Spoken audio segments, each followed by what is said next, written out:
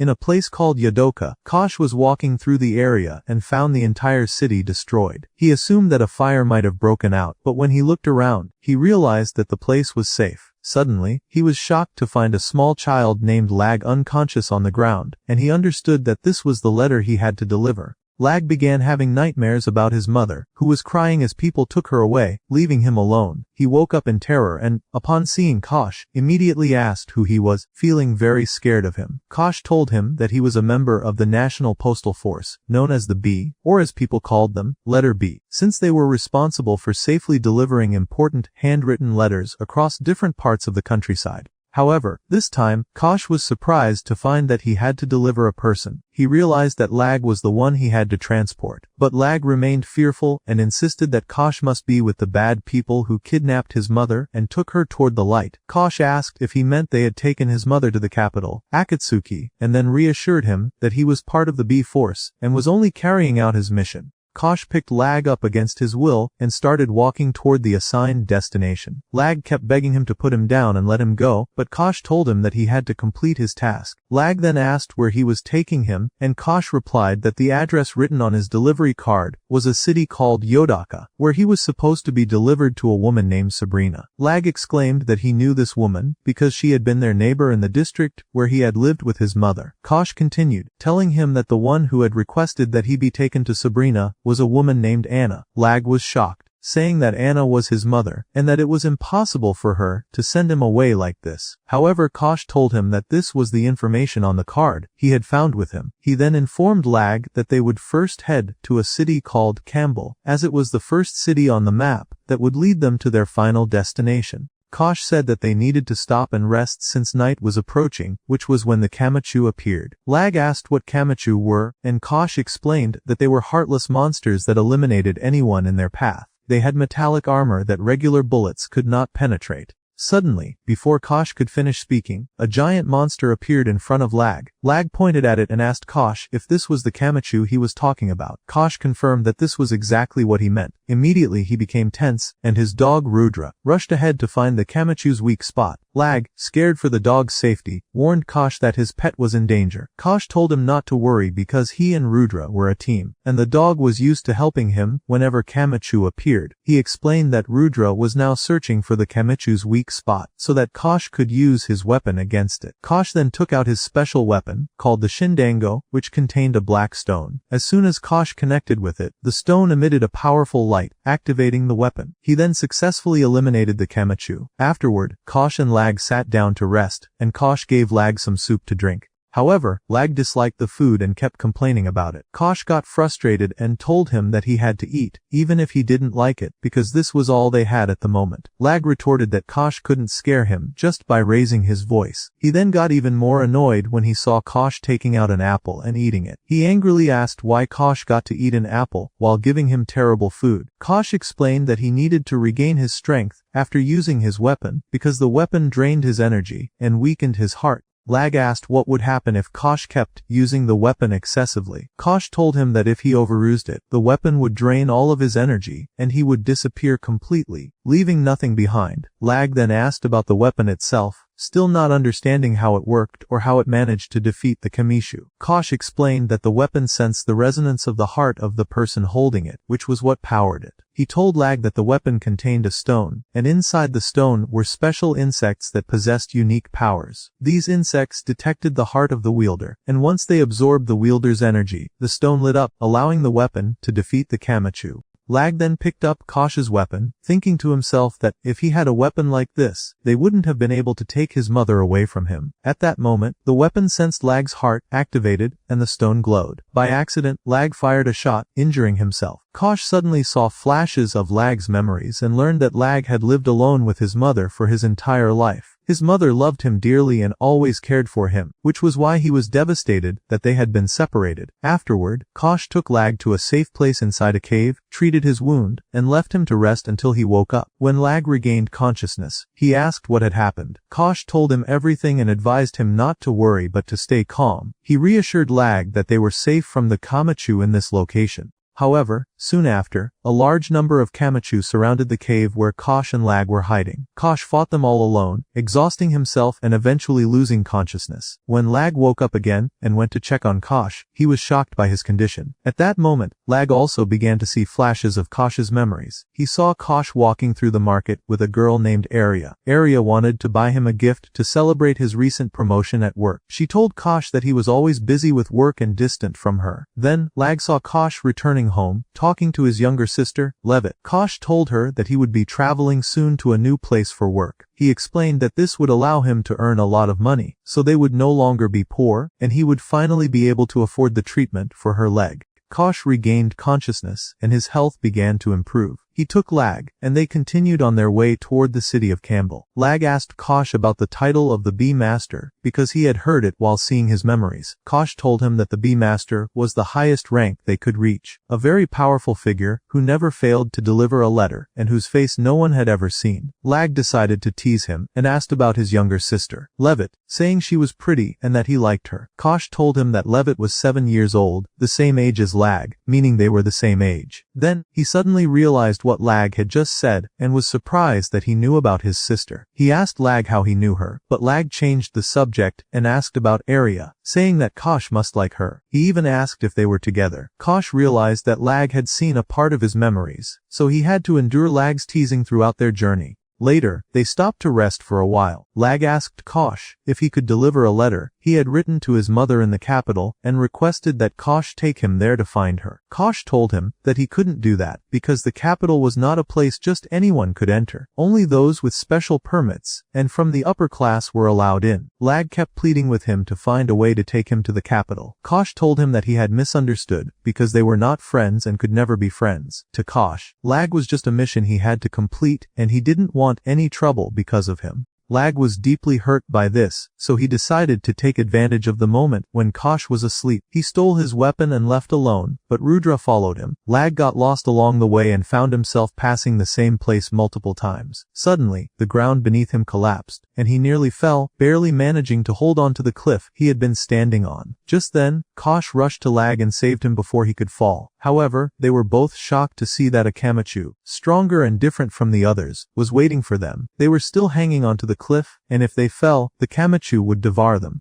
Kosh pulled out his weapon and fired at the Kamachu, but the problem was that they were too far away, so the shot didn't hit or affect it. Kosh told Lag that they needed to get closer for the shot to land and instructed him to prepare himself because, after counting down, they would both jump and try to shoot the Kamachu before it attacked them. He told Lag that he was willing to risk his life to deliver him safely and would never allow him to get hurt. However, Lag was terrified for Kosh because he was injured, and the jump would only hurt him more. He was moved by Kosh's words and his concern for him, so he started crying. Because of Lag's tears, the power of the weapon increased drastically, and the stone in it emitted a brilliant red light. A massive surge of energy was released, destroying the Kamichu in seconds. Kosh was left in shock by what he had just witnessed and realized that Lag's eye contained an enormous power. At that moment, Lag recalled another memory of his mother, where she spoke to him about the strength within his left eye and told him that the best thing that had ever happened to her was being his mother. Kosh also remembered another memory of his younger sister, Levitt, begging him not to leave her. She told him she didn't care about money or treatment. She only wanted him to stay with her because she had no one else. After that, Kosh lost consciousness again. Lag carried him on his back and walked for days and nights until he finally brought him to the city of Campbell. When Kosh woke up, he found himself in Sabrina's house. She told him that Lag was the one who had helped him and had carried him all the way to their destination. Kosh was overjoyed because he had finally completed his mission and could now leave for the capital to continue his work.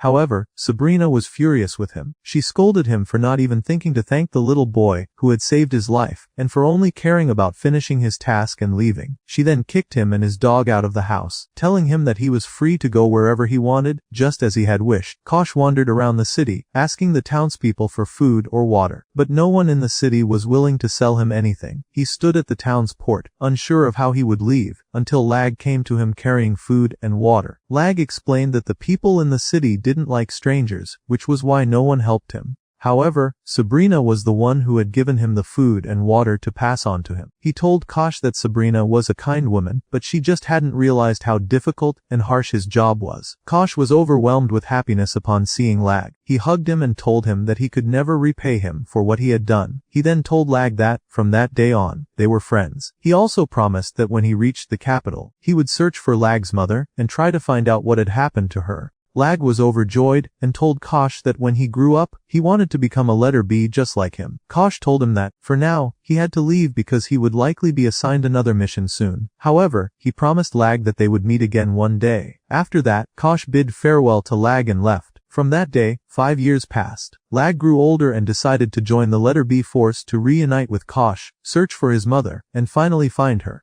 Lag's dream was finally close to coming true, as he had managed to pass all the required tests and paperwork to join the letter B force. He only had one last test to complete, and if he passed, he would officially become a letter B. However, Lag's neighbors and friends in Campbell were very sad because if he was officially accepted, he would leave them. Sabrina was also heartbroken, as she had grown attached to Lag and considered him like a son. She reminisced about the first day she met him when he knocked on her door, carrying Kosh, asking for her help. She also recalled his cheerful words and how kindly he treated her, making her feel like she had a son and filling the loneliness in her life. When the day finally came for Lag to leave, Sabrina tried to hold back her tears as she bid him farewell along with all his friends and neighbors. She thanked him for the 5 years he had spent with her, and told him that he had been more than a son to her. She assured him that she would never forget him, and that her door would always be open for him. Lag was deeply moved, and he cried as he told her that she was like a second mother to him, and that he would never forget her. He promised that he would return one day to see her again. After that, Lag said goodbye to all his friends, neighbors, and Sabrina before leaving with a letter B officer named Connor. Together, they headed toward a letter B facility. On the way, Connor asked Lag if Kosh had contacted him over the past years. Lag replied that Kosh hadn't reached out, likely because he was very busy in the capital, especially since he needed to earn a lot of money for his sister's treatment.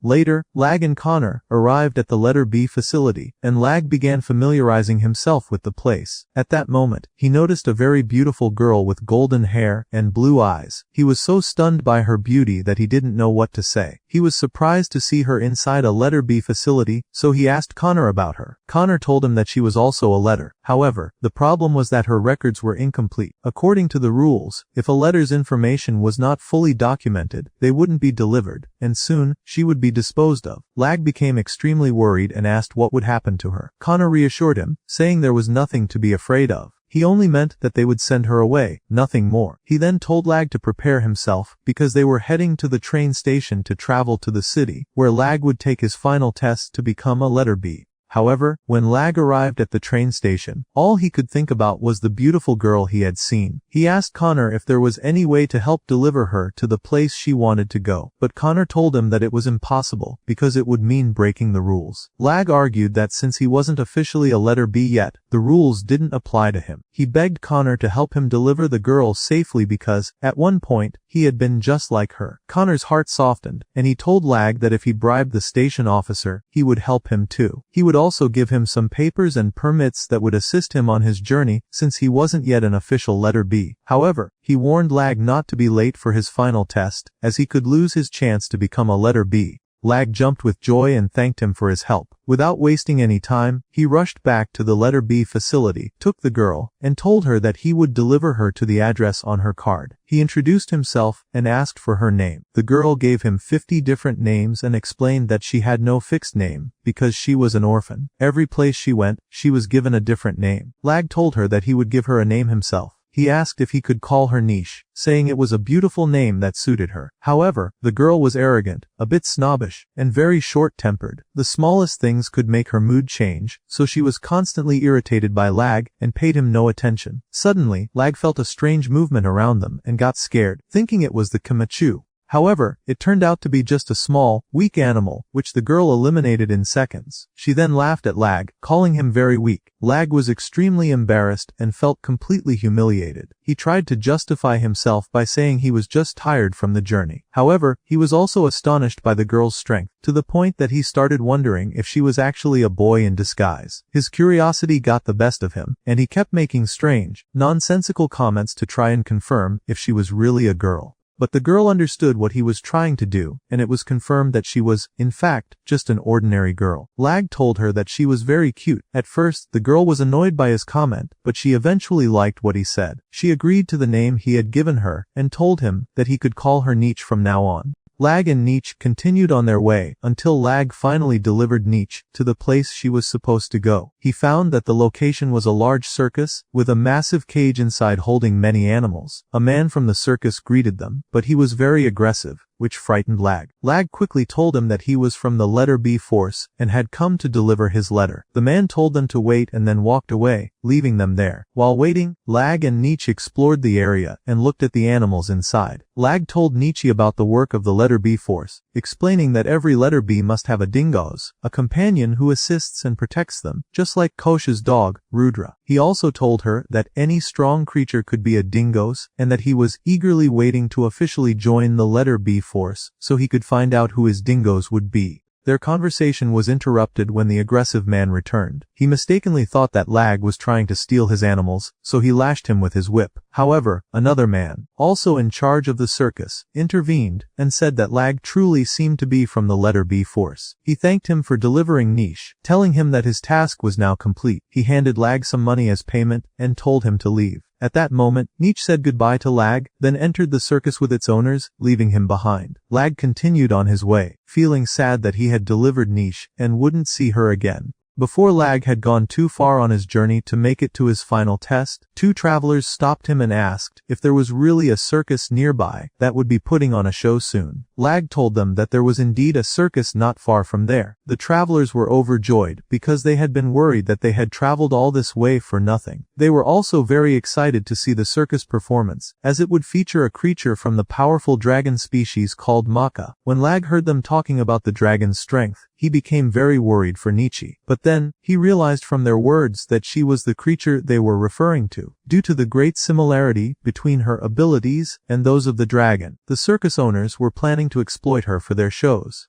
Lag told the travelers that he had to borrow their horse. Immediately, he fled on horseback, racing back to the circus as fast as he could to rescue Nietzsche. At that moment, Nietzsche had become extremely angry at the circus owners because they were mistreating her and refusing to call her by her name. She unleashed all her strength, broke out of the cage they had locked her in, destroyed the entire circus, and escaped. When Lag arrived and saw her, he threw the money he had received from the circus owners on the ground and told them that he had come back specifically to return their payment and take Nietzsche with him. When Nietzsche saw him, she was overjoyed that he had returned for her. She told him that she hadn't liked saying goodbye and had been very upset when she had to leave him. Before they could continue their conversation, a massive Kamechu suddenly attacked them. Lag became very nervous, unsure of how to fight it, but with a single strike, Nietzsche completely immobilized the monster. However, she collapsed to the ground, injuring her head. Lag immediately grabbed his gun, and with the power of his eyes, he turned the stone in his weapon red. He then fired at the Kamechu and eliminated it. Afterward, he rushed to check on Nietzsche, terrified for her safety. He told her that she was no longer just a letter to him. Now, they could be friends. He assured her that he wouldn't leave her alone and that he would take her with him wherever he was going. Nietzsche told him that she had never planned to leave him in the first place. She also told him that she had decided to become his dingoes because he had once said that any strong creature could be a dingoes for a letter B. Since he was weak and she was stronger than him, she was the perfect dingoes for him. Lag didn't reply, simply smiling because he was so happy to see her again. Lag and Nietzsche continued on their journey until they arrived at a city called the City of Death. It was there that Lag would cross the bridge leading to the city of Yasari, where he would take his final test. Lag asked a girl from the City of Death for the date, and she told him it was the 15th of the month.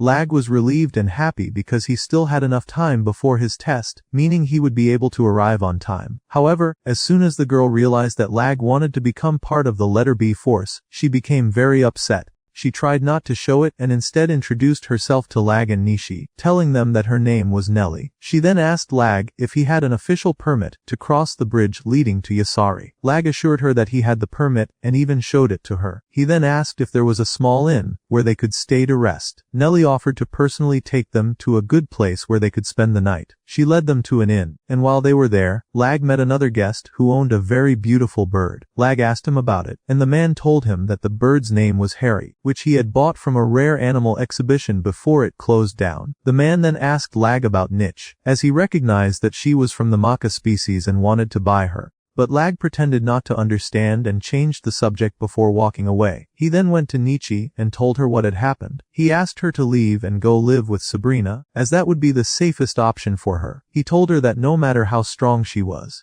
still a girl in the end, and he couldn't put her in danger or allow her to be his dingoes. Nietzsche was furious with him and reminded him that he had promised there would be no more goodbyes, but Lag insisted on his decision. Nietzsche became extremely upset, returned the clothes he had given her, and left. Lag then realized that his bag and permit had been stolen. He went to the inn guest who had wanted to buy Niche and asked if he had seen Nelly, the girl who had been with him. The man told him that Nelly had taken his bag and left. Lag asked why he hadn't tried to stop her. The man told him that it wasn't his job or responsibility. He said that Lag should have learned to take care of his belongings and not trust someone he barely knew so easily. He then told Lag that Nelly had headed toward the church and that if he hurried, he might still catch her. Lag ran as fast as he could to reach Nelly. When he finally found her, he demanded that she return his bag and permit, but Nelly refused. She told him that she needed the permit to reach Yasari. When Lag tried to take the permit back by force, Nelly pulled out a knife and slashed his arm. She told him that nothing could stop her plan. She then began shouting loudly, calling out to the townspeople, and telling them that the boy in front of her wanted to become a letter B. The people of the City of Death all despised the letter B force because they saw them as servants of the government, which had abandoned them to live in harsh conditions. They also resented the letter B force because one of their own, a traitor named Gibi, had come from their city. Gibi had joined the letter B force, and Nelly wanted revenge on him, believing that he was responsible for the death of her younger brother, Nilo. That was why she wanted to reach Yasari, to find Gibi and make him regret what he had done to her brother. But as she was talking, the townspeople gathered around her and stole the permit. Meanwhile, Nietzsche sensed that Lag was in trouble and quickly rushed to save him from the townspeople. However, in the end, Nelly managed to get the permit back and escaped with it. When Lag tried to chase after her, Nietzsche blocked his way and told him that she wouldn't let him pass unless he said in front of her that she was his dingoes and that he wouldn't leave her. At that moment, Nelly had already reached the bridge. Nelly wanted to cross the bridge, but she found that it had disappeared. Suddenly, the bridge guard appeared and told her that she wouldn't be able to cross because she didn't have a permit. Nelly insisted that she had a permit, but the guard told her that she wasn't the owner of the permit, so he couldn't let her pass. He then trapped her and released a massive monster on her. At that moment, Lag and Nietzsche arrived at Nelly's location, and Nietzsche tried to take down the monster. Lag used the power of his eye, which this time he was able to unleash from his body instead of his gun, and he destroyed the monster. A letter fell from Nelly, addressed to her brother, Nilo. When Lag's power made contact with the letter, he was able to see Nelly's and Nilo's memories. The letter had been written by Nilo to Gibi, allowing Lag to see Nelly's past. At that moment, it was revealed that Gibi was actually Nelly's and Nilo's older brother. Nilo had always looked up to him, considering him his role model and dreaming of becoming like him one day. However, due to their difficult circumstances, Gibi had been forced to leave them and join the letter B force, traveling to the capital. Nilo constantly wrote letters to him. Before leaving, Gibi had promised Nilo that he would take care of their sister in his absence and protect her. However, Nilo had been sick all along, and some time after Gibi left, he couldn't fight his illness any longer and passed away. Because of this, Nelly blamed Gibi for abandoning them, believing that he was responsible for their brother's death. She wanted to confront him, remind him of the brother he had forgotten, make him remember how much Nilo had loved and admired him, and ask how he could have abandoned them for his own sake. When Lag learned this, he tried to correct Nelly's perception of Gibi. He told her what he had seen and also explained that her brother had died due to his illness, which was something no one could have prevented. He told her that Gibi wasn't to blame. He also revealed to her that before Nilo passed away, he had dreamed of building a large place where children could learn. Coincidentally, after his death, such a place had been built in their city. Lag told Nelly that Gibi had not forgotten them, that he was the one who had built the place in honor of his brother. but Nelly refused to believe it. Determined to prove it to her, Lag insisted on taking her to the site. When he used his power again, he would be able to see even more memories this time, proving to her that Gibby was truly the one who had built the place. However, before they went there, they encountered the inn guest who had wanted to buy niche. Strangely, he seemed to know a lot about Lag's power. Lag asked him if he knew how he had been able to release his power from his body. The inn guest told him that the power wasn't in the gun itself. Instead, the gun was merely a vessel for the energy. The power within it was different and stronger than anything he had ever seen. He explained that Lag's power was connected to his heart and emotions. Lag had very strong emotions and could easily sense the feelings of others. That was what enhanced his power, allowing it to be released from his body. After Lag, Nietzsche, and Nelly left the inn guest, they overheard him speaking with the bridge guard. At that moment, it was revealed that the inn guest's real name was Commander Lloyd. Later, Lag took Nietzsche and Nelly to Gibby's place and tried to use his power to sense Gibby's emotions and see his memories. After multiple attempts, he was finally able to see Gibby's past. He confirmed that Gibby was indeed the one who had built the church. He had also spent a huge amount of money, and had saved up for years to fulfill his brother's dream. When Nelly learned this, she was deeply moved. Although she couldn't completely forgive Gibby, she at least let go of her resentment toward him. Her perception of the letter B force changed, and she thanked Lag for what he had done for her. She told him that he was a good person with a kind heart, and that she was sure he would succeed in his work and achieve greatness. Lag thanked her for her words and bid her farewell as he continued his journey with Nietzsche. Lag and Nietzsche finally managed to cross the bridge after the guard saw their permit, and Lag reached the city of Yasari. He thanked Nietzsche because without her he would not have been able to reach Yasari, and he told her that from now on she would truly be his dingoes, and that he would never abandon her. And he asked her if she would help him in the final entrance test or not. Then Nietzsche put on the clothes that Lag had given her as a symbol that she was his dingoes, and she told him that she would definitely help him. After that, Connor went to greet Lag himself and told him that he had been worried because he was late. Lag was very happy when he saw Connor and became excited that he could finally take the final test and join the letter B forces. So he and Connor reached the letter B building, and when Lag entered, he was very happy and, in his joy, introduced himself to everyone in a loud voice. Then the manager of the place came to him while she was complaining to Connor about the loud voice, and when Lag saw her he was surprised that it was none other than Arya, Kosh's lover.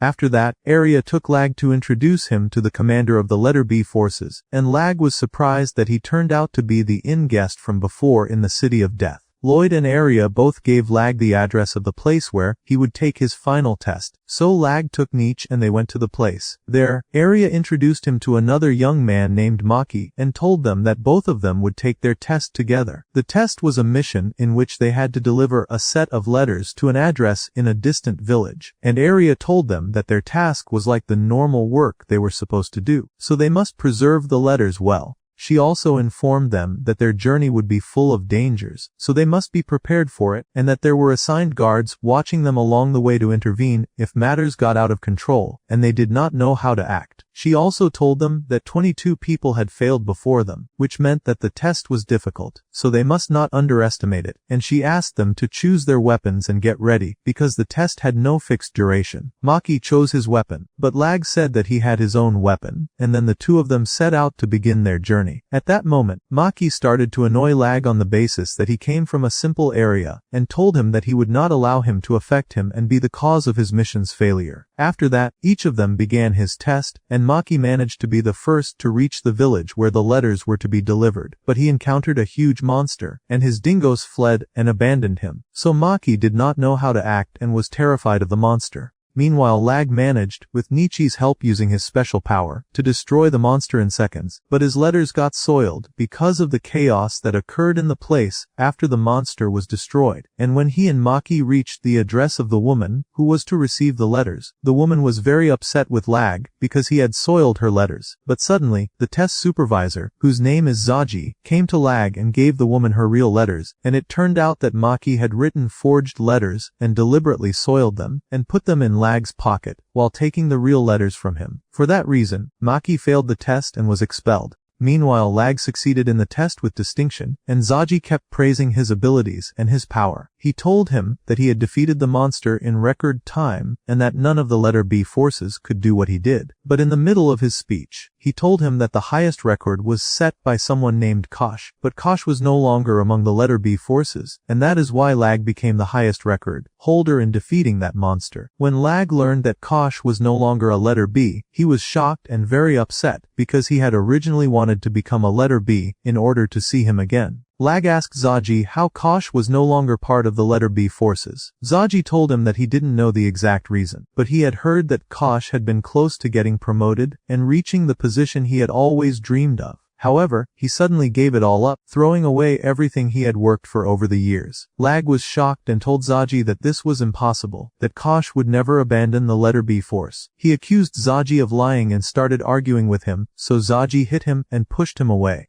After that, Lag went to Connor and asked him to take him to the house of Levitt, Kosh's sister, so he could ask her about him. When they arrived, Nietzsche became very jealous of Levitt and attacked her, but Lag quickly pulled her away. He introduced himself to Levitt, and she told him that she already knew who he was because her brother had told her about him, and how much of a troublesome child he was, always crying. Lag asked her if Kosh was with her, because he had seen his gun, but Levitt told him that she hadn't known anything about Kosh for years. She told him that Kosh had indeed been expelled from the letter B forces because he had stopped completing his missions for a while and had been absent from work without permission. After getting expelled, he disappeared, and she hadn't heard anything about him since. She didn't know if he was alive or dead, and she had been living like that for about 4 years. She had lost all hope of ever seeing him again or having him return. She even suspected that he might already be dead since he had never contacted her after what happened. She also told Lag that she had learned about his expulsion from area. Lag was shocked and didn't know what to do. Levitt told him that she appreciated his visit, but she didn't want to see him again because it would only remind her of her brother. Lag said goodbye to her and left, but the entire time, he kept thinking about her and Kosh. He strongly believed that Kosh was still alive and hadn't died. He held on to hope that he would find him. He wanted to bring that same hope back to Levitt, so he turned back and decided to go to her again. He left Nietzsche alone in the middle of the road, which made her very upset and frustrated with Levitt because she was jealous of her. Levitt was sitting in her room, crying as she remembered Kosh's words to her, how he had told her that he was finally going to the capital to work there, achieve his dream of becoming the commander, and eventually find a cure for her leg. As she recalled his words, she told herself that she had never cared about being cured, walking again, or even becoming rich. All she had ever wanted was for her brother to stay by her side. Just then, Lag returned to her and told her that he would search for Kosh and do everything in his power to find him and bring him back to her. He asked her not to lose hope. Levitt told him that she was happy he had come back. Suddenly, the power in Lag's eye was activated, and when he held Kosh's gun, he began to see his memories. The first memory he saw of Kosha was from the time Kosh had told him about his sister and her illness. He had explained that their mother had died while giving birth to Levitt, and that Levitt had been born with her condition. Kosh had spent his entire life trying to find a cure for her. But the only way for him to have a chance at that was to go to the capital and climb the ranks until he became the commander. That way, he would be able to find a treatment for his sister. He had also told Lag that the work of the letter B forces wasn't just about delivering letters, but about carrying the emotions and feelings of the people along with them. The second memory Lag saw was of Kosh on one of his missions, fighting an incredibly powerful monster. After completing his mission, Kosh had returned to the letter B headquarters to meet with Lloyd and tell him that he wanted to work harder and travel to the capital as soon as possible. Lloyd had advised him to rest and not push himself too hard because he was putting his life in danger, but Kosh hadn't listened. When he left Lloyd's office, he met Arya, who also advised him to slow down. She told him that she was worried about him because he was draining his energy, and if he continued like this, he could end up killing himself. But at that moment, Kosh reassured her that he was fine, then left. In another memory Lag saw, Kosh went to meet someone he knew named Joe. Joe owned a small shop, and Kosh had come to sell his old gun and get a stronger weapon in return. Joe warned him that his new weapon would drain his energy even faster, so he needed to be careful not to harm himself. Kosh reassured him that he would be fine. After that, Joe casually asked him if he had been feeling like someone was watching him, implying that this might be the reason he got a new gun. Kosh admitted that he had felt that way. At that moment, Joe informed him about a group of rebels who called themselves the Revolutionaries. Their goal was to overthrow the government and bring reform to the country. Their plan was to hunt down every member of the letter B forces and eliminate them. Joe warned Kosh about them. Then, Lag saw Kosh's final memory, one where he was with Levitt. Kosh had asked her to give his weapon to a friend if that friend ever came to her one day. Of course, he had been referring to Lag, and that was where Kosh's memories ended. Lag was deeply moved by what he had seen and promised Levitt that he would bring Kosh back. Levitt told him that he should stop crying first, because he really was just like her brother had described him. To make him laugh, she started crying as well, and told him that she was really happy to have met him. The two of them sat and laughed together. After that, Lag left with Nietzsche and returned to the letter B headquarters. He was officially appointed as a letter B after passing the test. He also received endless praise from Zaji, the test supervisor. At that moment, Lag swore that he would carry out his duty with everything he had. He declared that his dream had now become the same as Kosh's, to rise to the highest rank and become the commander. But not just any commander. The greatest commander in the history of the letter B forces. Lag and Nietzsche returned to Levitt's house and stayed with her since they had no other place to spend the night. The next morning, Lag woke up to the sound of Nietzsche and Levitt arguing. Levitt wanted Nietzsche to brush her teeth and fix her clothes, but Nietzsche kept playing around and refused to listen. Lag got up and scolded her along with Levitt, making her follow their instructions. He then thanked Levitt for allowing them to stay with her. He told her that he hadn't had enough money to rent another place and didn't know what he would have done otherwise. Levitt told him that the house was empty anyway, and that she was happy to have someone keeping her company. She then prepared Kosh's favorite meal for them to have lunch together. Suddenly, they heard the doorbell ring and were surprised that Levitt had a visitor. Lag went to open the door and found that it was Arya. Arya was curious about Lag after hearing him declare that he would become the greatest commander in the history of the letter B forces, and that his dream was the same as Kosh's. She wanted to know what his connection to Kosh was. That's why she had come to see him. She told him that after hearing his words, she had done a lot of research until she discovered that he had been one of the letters Kosh was supposed to deliver. She then took Lag to a large hill near the sun that lit the city of Yasari, and told him that this had been her and Kosh's favorite place.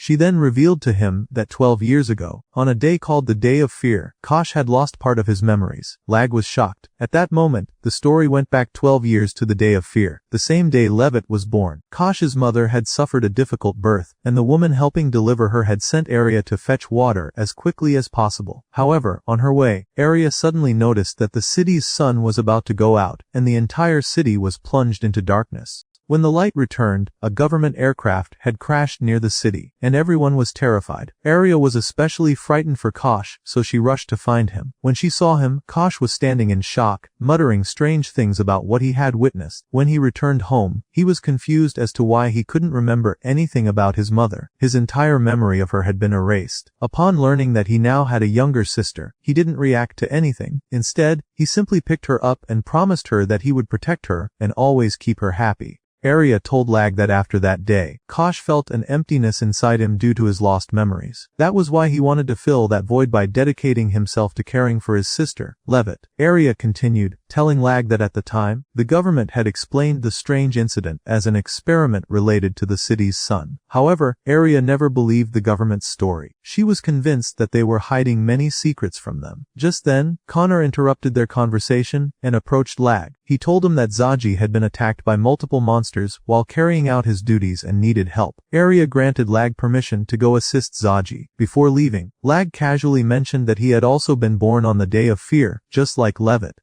After that, he rushed off with Connor to rescue Zaji. When he arrived at the scene, he quickly and easily defeated the attacking monsters with Nietzsche's help and successfully saved Zaji. Lag and Nietzsche returned to Levitt's house, where she prepared a meal for him and bid him farewell since he had a new mission. Lag thanked her and promised that he would return home again and would never leave her no matter what happened. Then, he and Nietzsche set off to collect the letters he was assigned to deliver. On his way, he met a fellow letter B named Moke, who treated him poorly and looked down on him because he was from a simple, rural area. Moke told him that the letters he was so excited about delivering were nothing more than a bunch of written words and weren't as important as he thought. Lag became upset and told him that these letters carried people's emotions and hearts, and that they helped people convey their feelings to their loved ones. He insisted that their work was meaningful and shouldn't be belittled. However, Mok laughed at him, thinking it was ridiculous that Lag actually believed the emotions written in letters were real. He told Lag to experience the job himself and see for himself, then walked away. After that, Lag went to meet the person he was supposed to collect the letters from, a struggling writer named Vincent. Lag introduced himself to Vincent and asked him to hand over the letters he needed to deliver. Vincent told him to wait a moment and asked him not to go near his books. However, Nietzsche's pet accidentally ate one of the books, making Vincent extremely nervous, as he was supposed to send letters to his mother. But all the letters he had written were fictional stories about a perfect life he didn't actually have. In reality, he was living a very difficult and miserable life and had yet to achieve his dream of becoming a great writer. However, he was too afraid to tell his mother the truth because he didn't want her to worry about him, especially since he had left home specifically to become a well-known writer. Yet even now, he hadn't accomplished anything. Lag advised him to write the truth, no matter what, because the letters he delivered weren't just words, they were feelings. That's why he needed to express his real emotions. But despite that, Vincent still wrote a letter about a life that was completely different from the one he was actually living. Lag had no choice but to take it and start heading toward the house of Vincent's mother, Louise. When he reached the place, he asked one of the people there about her. The person told him that her house was across the bridge in front of them. The bridge was suspended between two steep cliffs and was constantly swaying left and right due to the strong winds in the area. Lag became scared and nervous about crossing it. However, since Nietzsche could fly, she easily made it across the bridge. Meanwhile, Lag had to take one step at a time. Fortunately, he spotted Louise on the other side, and she told him that there was no other house beyond the bridge except hers, so he must have come to see her. Lag introduced himself and told her that he had a letter from her son. But at that moment, a Kamachu monster suddenly appeared and attacked them, starting to destroy the bridge. Lag told Nietzsche to protect Louise, but then the letter was blown away. Lag hesitated, unsure of how to move to retrieve it. But then, he remembered Kosh's words when he had told him that in their job, they sometimes had to risk their lives to deliver their letters. Lag steeled himself, gathering his courage, and moved across the broken bridge to grab the letter. Nietzsche managed to distract the Kamachu, and Lag activated his power, destroying the monster. However, Lag's power made contact with Vincent's letter, allowing Louise to see her son's emotions and memories, as he had written the letters. At that moment, she realized that he had been lying to her all this time, that he had been living a miserable life, and had not yet achieved any of the dreams he had left her for. But at the same time, she was happy that he hadn't given up and was still trying for her sake. She told Lag that she was certain that one day her son would succeed, become a great writer, and return home. When that happened, she would be incredibly proud of him. She then thanked Lag for risking his life to deliver the letters, which made Lag feel truly happy. On their way back, Nietzsche handed Lag the book that her pet had swallowed, and as it fell, a letter written by Vincent slipped out. However, this letter had no address or recipient information, and it looked much older. Lag guessed that it was a real letter Vincent had written to explain his true situation to his mother, but had hesitated and ultimately decided not to send it. Lag told himself that he had to return this letter to Vincent. Lag returned to the letter B headquarters and learned from Lloyd and Aria that today was the day of celebration. On this day, in honor of the Empress, food and gifts were distributed to the people, especially children. Lag's mission, along with his fellow letter Bs, was to take a set of gifts and deliver them to children's homes. In this mission, the letter B's dingoes were not allowed to accompany them, which made Nietzsche very upset since she had to be separated from Lag. Aria assigned Mok to work with Lag to deliver the gifts together. Naturally, Mok was annoyed and irritated, as he disliked both the job and having to work with Lag. Additionally, they were required to wear special outfits resembling Santa Claus to bring joy to the children. Lag and Mok then went to the home of a little girl named Sonia. Sonia was a young child who lived alone in a house deep in the mountains, far from the village. When Sonia saw them, she was overjoyed by the gifts they had brought. Mok explained to her that she had one wish, which they would grant for her. Sonia wished for them to stay with her that day and have dinner together, because sharing a meal with others on a holiday made it feel more special. Naturally, both Mok and Lag agreed and had lunch with her. At that moment, Lag felt sorry for Sonia and suggested to Mok that they spend more time with her and help her if she needed anything. However, Mok refused and told him that he was annoying and always meddled in things that weren't his business. But Lag didn't pay attention to him and went outside to help Sonia cut wood. Sonia also needed to go to the market to buy household necessities, so Lag asked Mok if they could accompany her since that was what she wanted. They went to the village with Sonia, and along the way, Sonia started bombarding Mok with questions. Mok ignored her until they reached the village. At that moment, a villager approached Mok and warned him about Sonia, advising him to stay away from her. Mok didn't understand why. When they returned to Sonia's house, he began thinking about the villager's strange words, so he asked Sonia why she was living alone. Sonia told him that her parents had been killed by a Kamachu, and the villagers believed that any child whose parents were killed by a Kamachu would attract more Kamachu. That was why they feared her and refused to interact with her. Due to a strong storm, Mok and Lag had to spend the night at Sonia's house. But the next day, a Kamachu appeared in the village, terrifying the villagers, who then begged Mok and Lag for help. They quickly rushed to the village and worked together to defeat the monster. At that moment, Mok gave the villagers a lesson. He told them that Sonia was not a magnet for Kamachu, and that the monster had appeared because of the large number of gifts given out on that day. He changed the villagers' perception of Sonia, making them realize their mistake. Sonia thanked him for what he had done for her, and told them that she would never forget what they had done. She then returned home and bid them farewell. For the first time in a long while, Mok felt happy about the work he was doing. Lag set out on a new mission, tasked with delivering letters to a girl named Bess. He took the letters along with Nietzsche and headed toward her location. However, on the way, he encountered a man named Clater. Clater was a greedy and wicked man who wanted to take Bess's land and house for himself. When he learned from Lag that he was a letter B, carrying a letter for Bess, he asked to see it, claiming that he was a close friend of hers and knew her well. At that moment, Clater discovered that the letter was from Romus, Bess's lover, who had left long ago. Clater wanted to take the letter from Lag, telling him that he would deliver it himself so that Lag wouldn't have to trouble himself.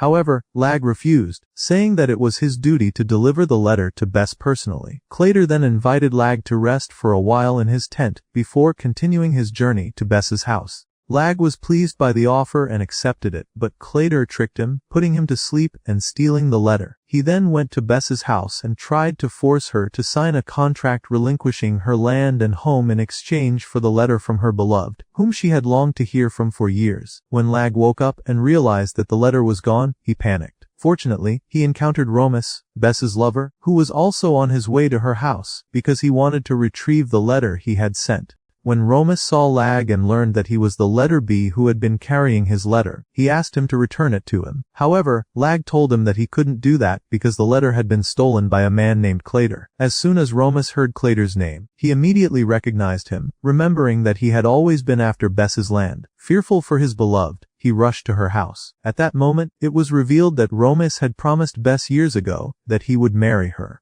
However, he had to leave for a while to earn money for their wedding. That short while ended up stretching much longer than expected. Feeling guilty about the time he had spent away from her, he had written her a letter to apologize. But he hesitated, afraid that she might have forgotten him and no longer cared about him, so he had wanted to retrieve the letter. When Romus arrived at Bess's house, he confronted Clater, demanding that he leave Bess alone. Lag and Nietzsche helped him, and together they managed to recover Romus's letter. However, Bess was still very upset with Romus for leaving her alone for so many years without telling her anything. She asked him to leave her and go away, but after reading the letter he had written to her, she softened and reconciled with him. With that, Lag had successfully completed another mission.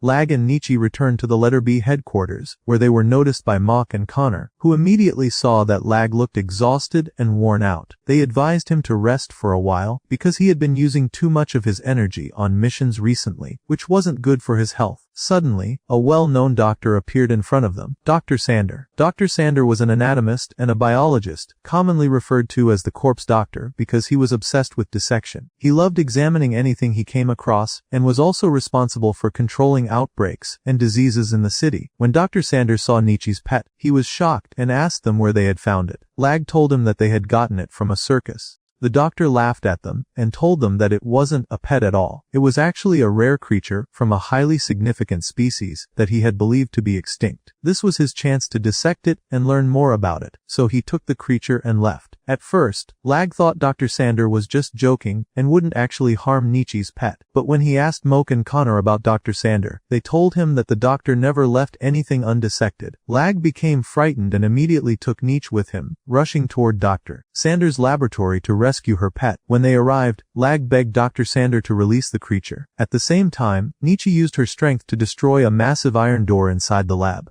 Dr. Sander was astonished by her power. When he realized that she was from the maca species, he became interested in dissecting her as well. At that moment, Lag had no choice but to use his eye's power, destroying the cage where Nietzsche's pet was being held and taking it back. Dr. Sander was amazed that Lag could release his power through his eye. He immediately added Lag to his list of people he wanted to dissect. But just then, Mock stepped in. He pointed his weapon at Dr. Sander, intending to eliminate him because he suspected that the doctor had stolen the cats he had been taking care of to dissect them. Mock wanted revenge for what had happened to his cats. Lag tried to stop him until Mock finally learned that his cats were still alive. Dr. Sander had only taken them for examination because they had been infected with a disease, and he was trying to identify its cause. Because Lag's power was still lingering in the area from when he had tried to stop Mock, it accidentally struck one of the cages where Dr. Sander kept his animals. At that moment, they all witnessed one of Dr. Sander's memories. In the memory, he was in his laboratory dissecting an animal and instructing his assistant to find an antibiotic for the bacteria that had infected it. At that moment, Kosh arrived to visit him, delivering a letter that had been sent to him. Dr. Sander was surprised that Kosh had been able to enter the lab, as it was usually restricted to outsiders. But Kosh told him that this was his job and that he had his own ways of completing it. He handed him the letter and left. Their memory viewing was interrupted when Arya arrived and took them all back to the letter B headquarters because an important event was taking place, a party where she was scheduled to perform. After her performance, Dr. Sander approached Lag and apologized for what he had done. He admitted that, despite everything, he still had the urge to dissect Lag, Nietzsche and their pet. However, since Kosh had been his only friend, he decided to let them go. Lag and Nietzsche encountered a boy and a girl named Moose and Bonnie, who were in love with each other. However, there was a dangerous man named Frank who was obsessed with Bonnie and wanted to separate her from Moose. When Nietzsche learned about this, she wanted to help them. She used her strength to protect them from Frank and his gang, who were chasing them. However, the four of them ended up in a car that overturned because Frank had tracked them down before they could escape. At that moment, Lag and Nietzsche were shocked to discover that the two people they were helping were actually thieves. They had stolen weapons from Frank to sell them, and Frank had only been trying to retrieve what was his. He had no romantic interest in Bonnie at all. She was nothing more than a con artist. However, Bonnie quickly won Nietzsche over again, claiming that she was only stealing because she needed money to stay with her lover. Nietzsche was moved once more and decided to help her, using her strength to scare Frank into returning the stolen weapons to Bonnie. Bonnie and Moose were extremely grateful, telling Lag and Nietzsche that thanks to them, they could finally enter the capital. Lag was confused about how they could enter the capital without a permit, but Bonnie told him that as long as someone had money, they could do anything. However, Lag's conscience weighed on him. He realized that he had just helped Moose and Bonnie steal things that didn't belong to them. He decided to take a step back and took Bonnie's gun from her, telling her that they had to return what they had stolen. He insisted that they find another way to earn money so they could be together, one that was honest and didn't harm anyone. At that moment, Bonnie's expression changed completely. She told Lag that she wouldn't allow anyone to stand in her way. She then tried to take back her gun, intending to shoot him. But before she could fire, Lag activated his power, which struck Bonnie's gun. At that moment, they all saw a glimpse of Bonnie's memories, revealing the truth to Moose. Bonnie had been deceiving him all along. She had never truly loved him. She had been planning to escape to the capital to reunite with another man she loved, and Moose had only been a tool in her plan to reach her goal. When the truth was exposed, Bonnie became furious and wanted revenge on Lag. She grabbed her gun again, aiming to kill him, but Nietzsche destroyed her weapon before she could pull the trigger. Bonnie had no choice but to flee. Moose was heartbroken, devastated by the betrayal. But in the end, he thanked Lag for showing him Bonnie's true face before he was completely deceived. After that, he left, walking away on his own. The next morning, Lag and Nietzsche woke up, ready for a new mission. His task this time was to deliver a letter from someone at a cotton factory. As he read the details of his assignment, he overheard Levitt listening to a song by a famous singer named Matilda. Levitt told him that Matilda was her favorite singer, and Lag found himself enjoying her songs as they stuck in his mind. After that, he headed to the cotton factory, where he met the supervisor, Joy. Joy handed him a letter and asked him to deliver it to Matilda. Lag was shocked because he had just heard about her that very morning. Excited at the chance to meet the famous singer, he grabbed the letter and rushed off with Nietzsche to deliver it. When he handed the letter to Matilda, she immediately told him that she wasn't interested in receiving any more letters from her fans. However, Lag explained that this letter was from someone named Joy. As soon as she heard the name, she snatched the letter from him, quickly shut the door, and began reading it. The letter contained a beautifully written poem. Lag interrupted by knocking on the door and asking her to sign the receipt so he could complete his task. She did so, but before he left, she asked if there was any way she could meet Joy, because she had never seen him in person. She had only ever admired the poetry he sent her. Lag told her that he wasn't allowed to share that information, so she decided to write a letter herself and asked him to deliver it. Lag did as she requested and took her letter to Joy. Joy was overjoyed, saying in front of Lag that his plan was working perfectly. He then wrote another letter in response to Matilda and handed it to Lag. When Matilda read Joy's reply, she was thrilled because Joy expressed his desire to meet her. This made her nervous. At that moment, her manager, Blushy, appeared, rushing her to start writing a new song. However, Matilda told him that she was busy and took Lag with her because she was too anxious to meet Joy alone. Some time passed, and Matilda and Joy continued to meet every day. One day, Lag happened to pass by Matilda's house and saw Blushy carrying a large stack of letters. As Blushy was walking, he accidentally dropped one. Lag picked it up and handed it back to him. But then, he noticed that the handwriting on the letter was the same as Joy's. Confused, Lag questioned it, but Blushy told him that it wasn't Joy's handwriting, it was his own. Blushy then explained that he and Joy were friends. Joy had been infatuated with Matilda, so Blushy had helped him write the letters. Lag felt that Joy had been deceiving Matilda and that she needed to know the truth. So, he went to Matilda and handed her one of Blushy's old music records. Using his power, they both saw Blushy's memories. At that moment, Matilda finally understood everything. She realized that Blushy had loved her deeply all along, but had never confessed his feelings, because he was afraid of being rejected. At the same time, he also cared about his friend, so he had helped Joy build a relationship with her instead. Upon learning the truth, Matilda broke things off with Joy. She then told Blushy that she had admired him for a long time as well, but had always assumed that he would reject her. Finally, they both confessed their true feelings for each other. Meanwhile, Joy watched them from a distance. At first, Lag thought Joy must have been heartbroken, but to his surprise, Joy's entire plan had been to bring Blushy and Matilda together. He had orchestrated everything just for them, because he believed this was the best way to make them happy.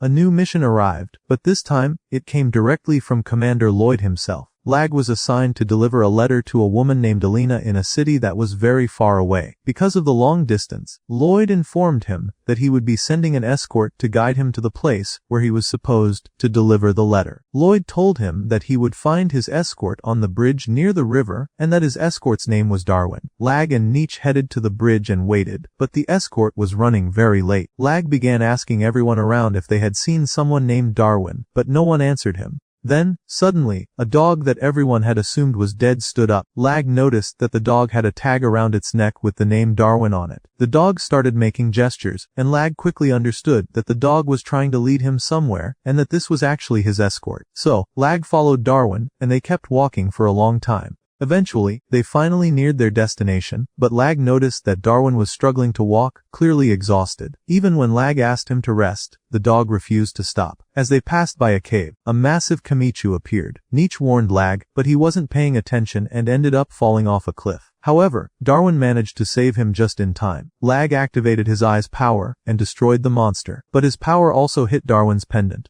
At that moment, Lag saw Darwin's memories and learned that Alina, the woman he was supposed to deliver the letter to, had been Darwin's owner. She had also been a letter B. One time, when Darwin was sick, Elena had left him on the bridge, telling him that she would go on her next mission alone and return soon. But after that day, he never saw her again. Years passed, and he remained in the same place, waiting for her. However, Elena had died in an accident and never returned. When Darwin found out, he refused to leave the place where she had left him. Lag was deeply moved when he learned Darwin's story. He couldn't hold back his tears. He continued walking until he finally reached the destination, Elena's grave. He placed the letter on her grave, left Darwin there, and returned to the headquarters. A few days later, a large competition was held in front of the headquarters. Lagma and Connor were participating, competing against a team called the Pigeon Flyers, a group of 3 individuals who wanted to join the letter Bs. They challenged Lag and his team to a race to prove that they would be better at delivering letters, gaining more trust from the people. The competition involved retrieving a letter from a designated location, and the first team to return the letter to the headquarters would be the winner. Each participant got into their horse-drawn carriage, ready to race. As soon as the competition started, everyone sped off as fast as they could.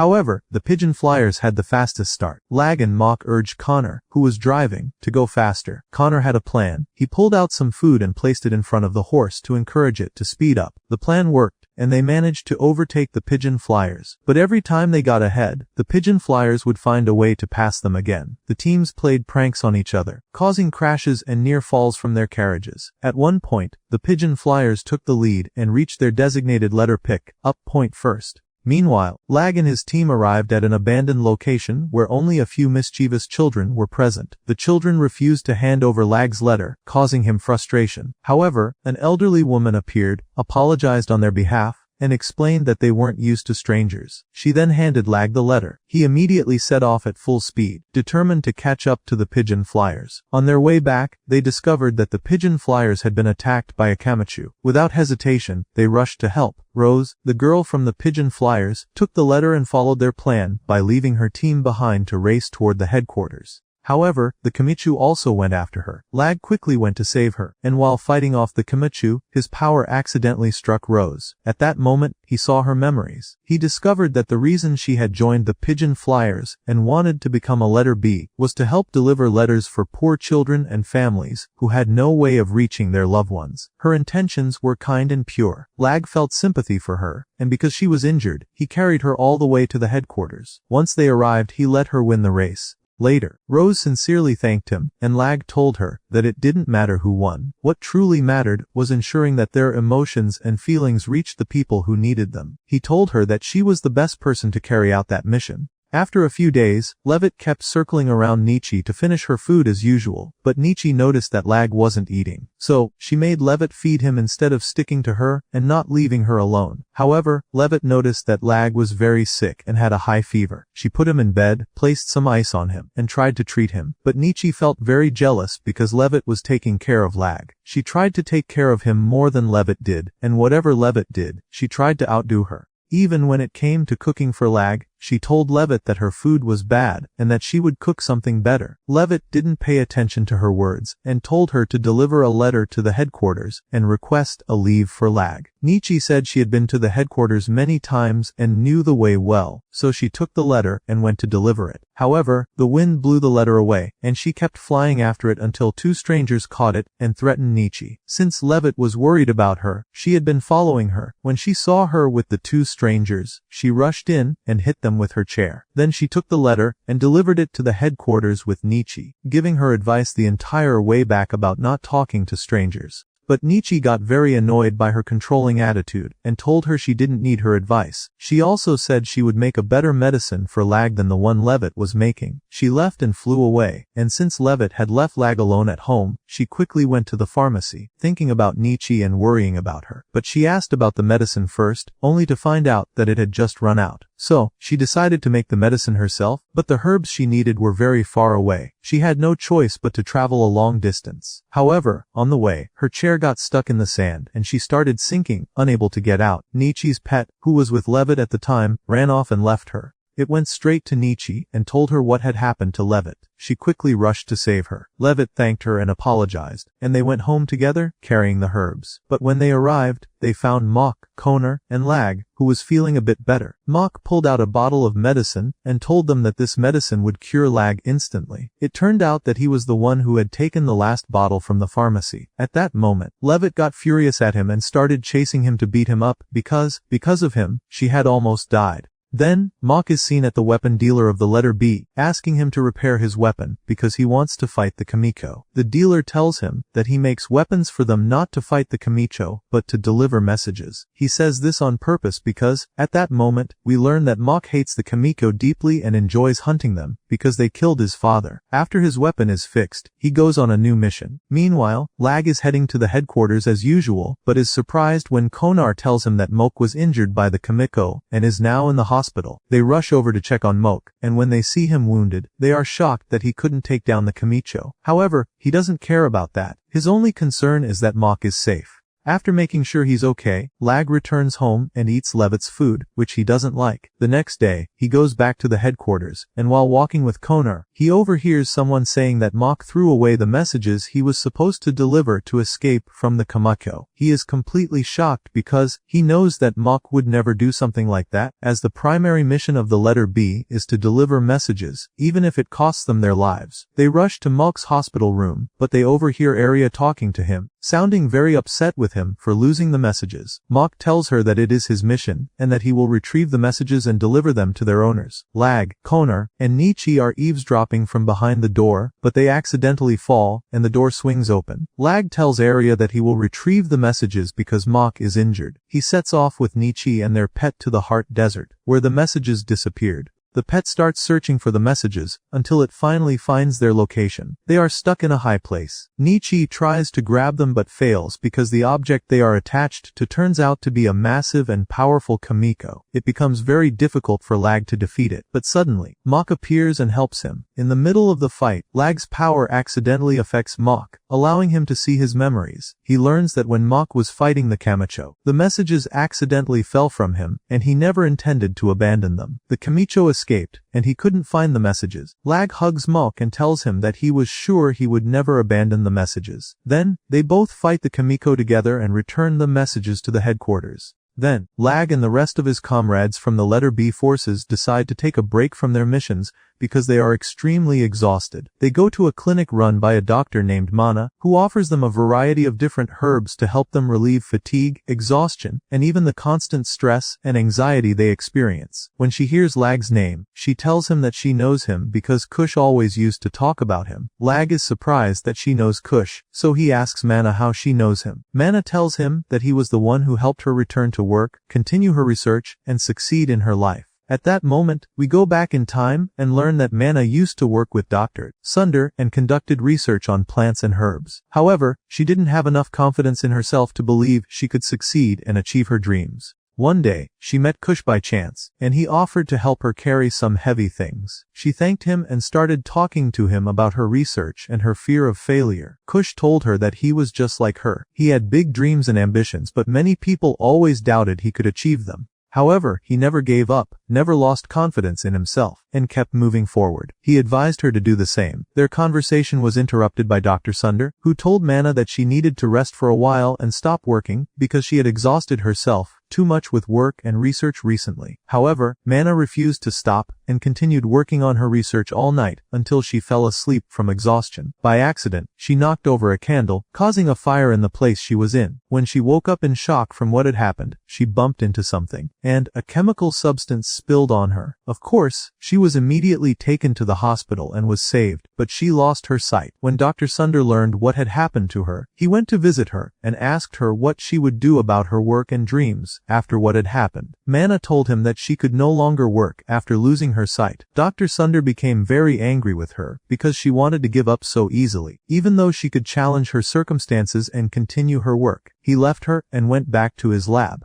When Kosh found out what had happened, he went to talk to him and asked him to be a little more lenient with Mana because she was still under the shock of what had happened to her. He asked him to write her a letter encouraging her to get back to her work again. Dr. Sunder did so, and Kosh took the letter to Mana, which became the reason she decided not to give up and return to continue working on her research. Kosh and Sunder also helped Mana get a court decision allowing her to continue her research after the accident she caused. Because of them, the court grants her a 1-week deadline to prove her competence as a researcher and show that her research has real value. If she succeeds, they will allow her to continue working. However, this is a very short time for Mana to prove years of work within just a few days, leaving her unsure of what to do. At that moment, Sunder tells Kosh that if a renowned scholar named White reads Mana's research and approves it, the court will take his opinion into account and recognize Mana's work as important, allowing her to continue. But there are two problems. The first is that Dr. White lives in a very distant city, and the journey there and back would take about 10 days, meaning Mana would exceed the allowed time limit. The second problem is that Dr. White is extremely difficult to please, and nothing impresses him easily, making it very hard to convince him. However, Kosh doesn't care about any of that. He asks Dr. Sunder to write him a letter explaining the situation to Dr. White. He takes Mana's research and embarks on a grueling journey to the city where Dr. White lives, encountering all kinds of monsters and fighting them until he finally reaches the city.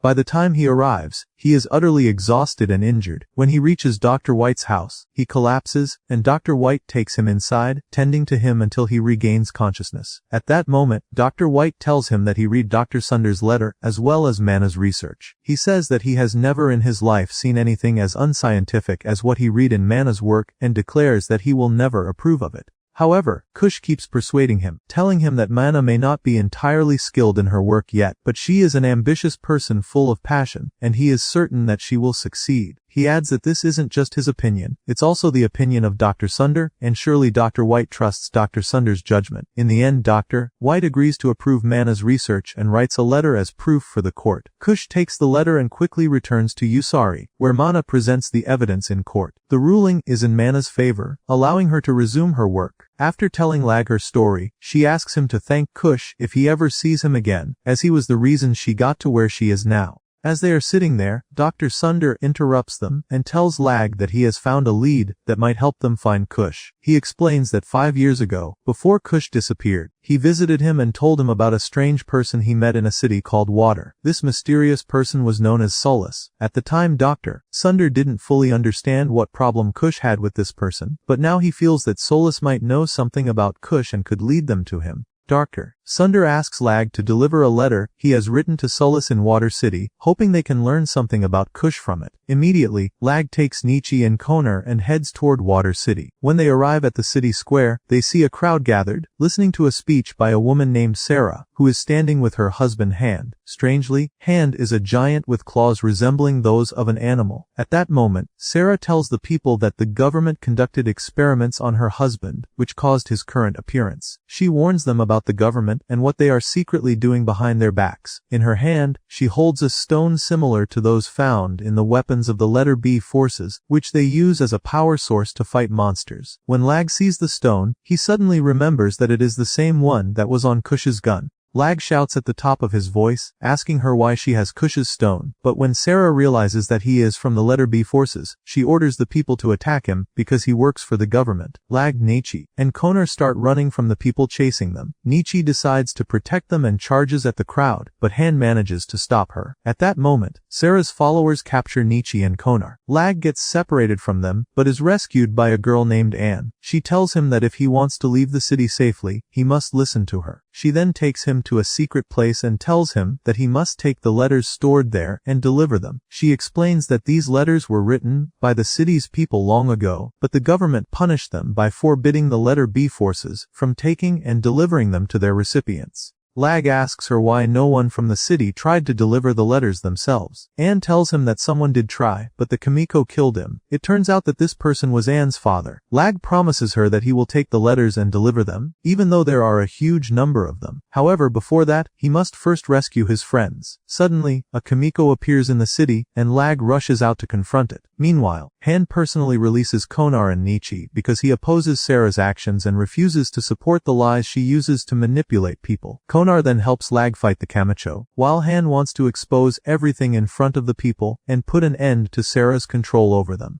Moke also arrives and tells them that he came specifically to help them and take down the Kamicho. At that moment, Lag remembers what Konar said about Moke, that Moke's father was killed by the Kamicho, which was the reason he joined the letter B forces. Their missions allowed him to eliminate large numbers of Kamiko, and that was why Moke never cared about delivering letters or the true purpose of the letter B. All that mattered to him, and what he enjoyed was hunting, seeking revenge for his father. Then, Moke comes up with a plan to defeat the Kamicho, which is bigger and stronger than any they have faced before. Taking it down is extremely difficult, so they all work together to fight it. However, their mission becomes even harder, as the Kamicho's strength causes the ground to collapse, and the letters they were carrying nearly fall. Lag rushes to catch them, but the Kamiko traps Anne with its many arms. Moke tries to save her and pulls out his gun to shoot it. When he does, the gun's power activates, and they begin to see memories. Memories of Anne with her father, and how much she loved and was attached to him. As Hand also steps in to help, they start seeing memories from his life as well. At that moment, they learn that Hand was once an ordinary child who met Sarah when they were young. They were constantly beaten by the person who took care of them, and because they were both alone, they became very close friends. Eventually, they fell in love. However, the person who raised them wanted to sell Sarah. At that moment, Han made an offer. He agreed to be turned into a monster and have claws implanted so he could be used in shows where people would pay to watch him, in exchange for Sarah not being sold and staying with them. This meant that Sarah had lied to the people. The government had nothing to do with what happened to Hand.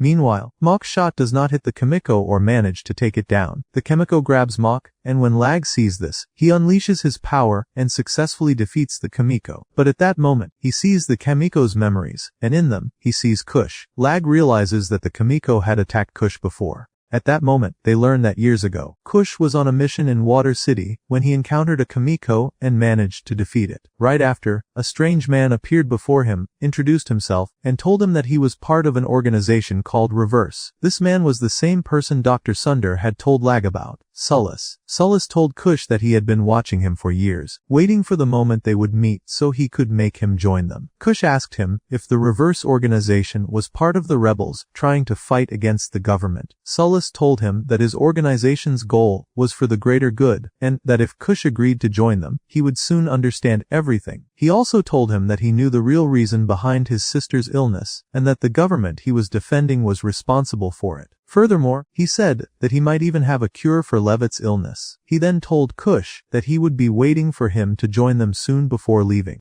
Lag feels defeated because his mission has failed. He was unable to meet Solace or find any new clue that could lead him to Kosh, so he gathers his friends to return to Yasari. However, on the way back, Lag experiences the biggest shock of his life when he finds Kosh standing right in front of him. Kosh takes the letter from his hands, and at the same time, Radra, his dingo, runs over to Nietzsche and starts fighting with her, seeing her as an irresponsible dingo who does not properly protect her owner. Overwhelmed with joy at finding Kosh, Lag bursts into tears. However, Kosh does not acknowledge him and treats him as if he doesn't know him at all. Lag desperately tries to remind him of who he is, but Kosh tells him that he is mistaken. He is not the person Lag is looking for. He says that his name is Honor, then turns and walks away, leaving Lag completely stunned.